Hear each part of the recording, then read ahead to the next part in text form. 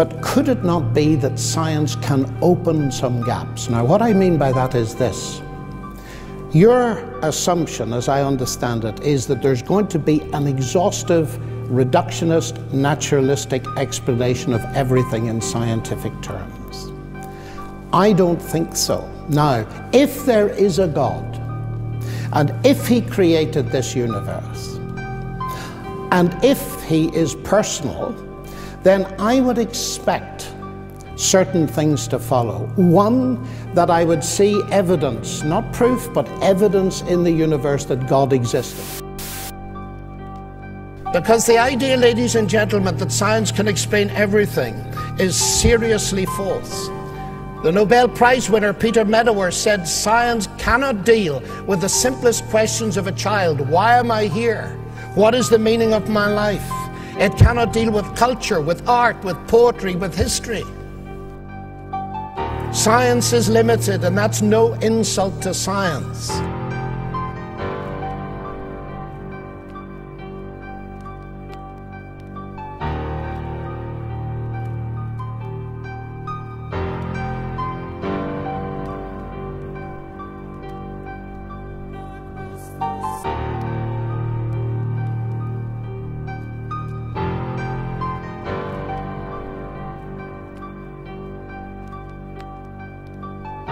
The Bible gets very easily dismissed, I'm afraid, also in the God delusion. Penzias added, the best data we have concerning the Big Bang are exactly what I would have predicted had I nothing to go on but the 5 books of Moses, the Psalms, and the Bible as a whole.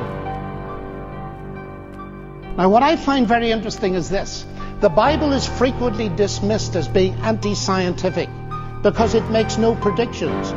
Oh no, that's incorrect. It makes a brilliant prediction. For centuries it's been saying there was a beginning. And if scientists had taken that a bit more seriously, they might have discovered evidence for the beginning a lot earlier than they did.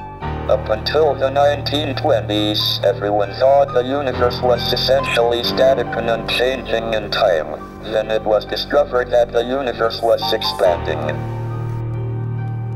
The moment you see even a single letter of the alphabet, you know there's a mind behind it. Isn't it odd that we can see the 3.5 billion letters of the genetic alphabet in exactly the right order in the human genome and say chance and necessity?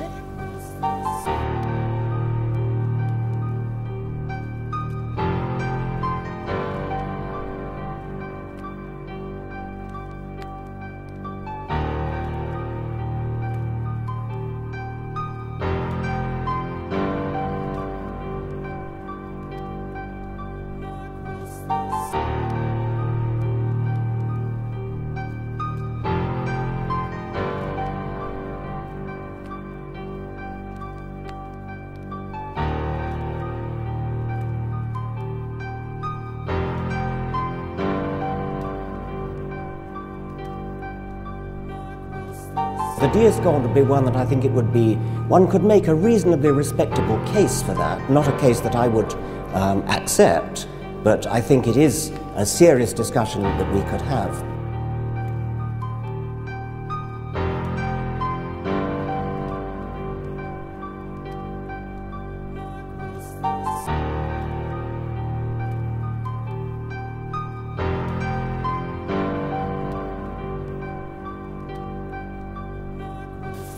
Now, so often we hear the new atheists talk about faith and deprecating it, but I want to tell you that scientists are all people of faith, as Einstein saw.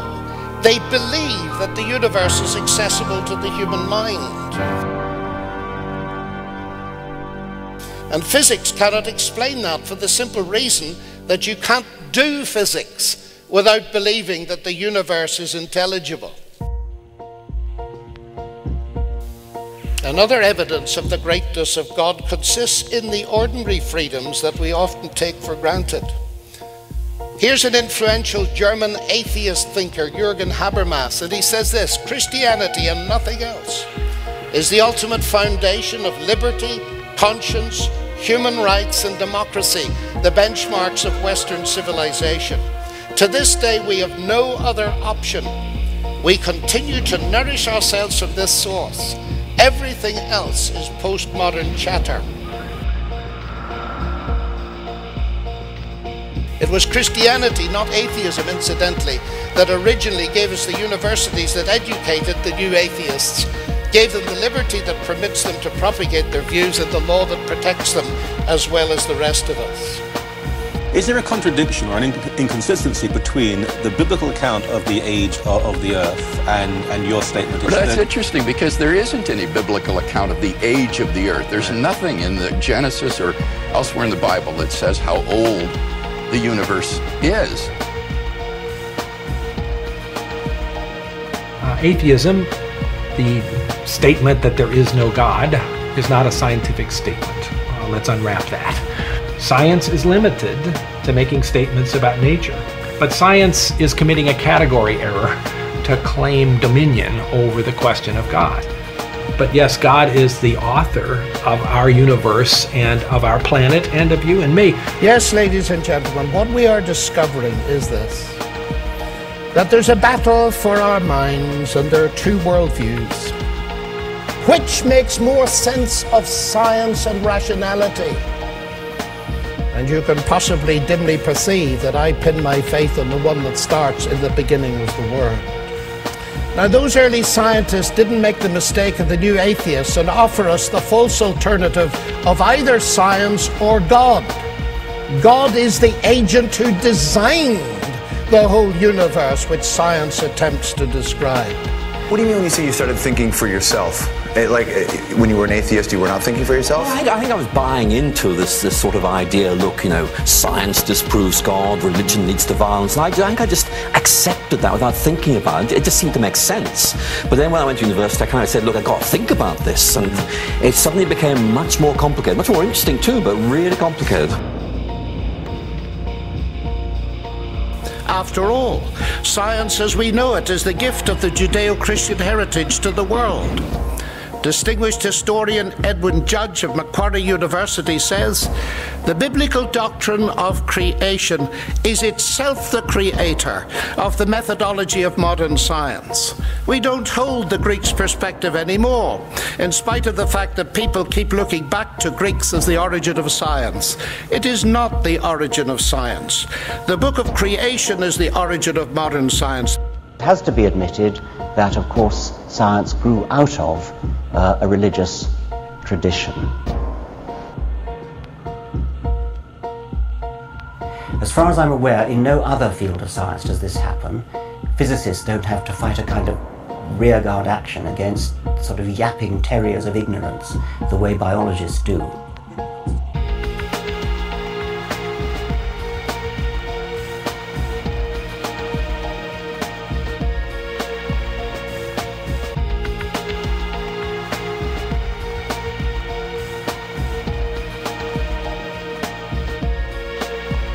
I want to address the who designed the designer question, because it's the old schoolboy question, who created God? I'm actually very surprised to find it as a central argument in your book, because it assumes that God is created. And I'm not surprised, therefore, that you call the book The God Delusion, because created gods are by definition a delusion. And if you say, if there is a God, you have to ask who created God, that means that you reduce to thinking about created gods. Well, none of us believe in created gods.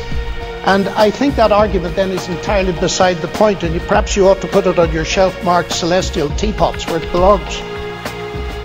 And that is that there is a God who is personal, who is good, who is the source of life and meaning, and who reaches out to me as a person, and who, in fact, far from stopping me doing science, encourages the development of the mind that he has given me.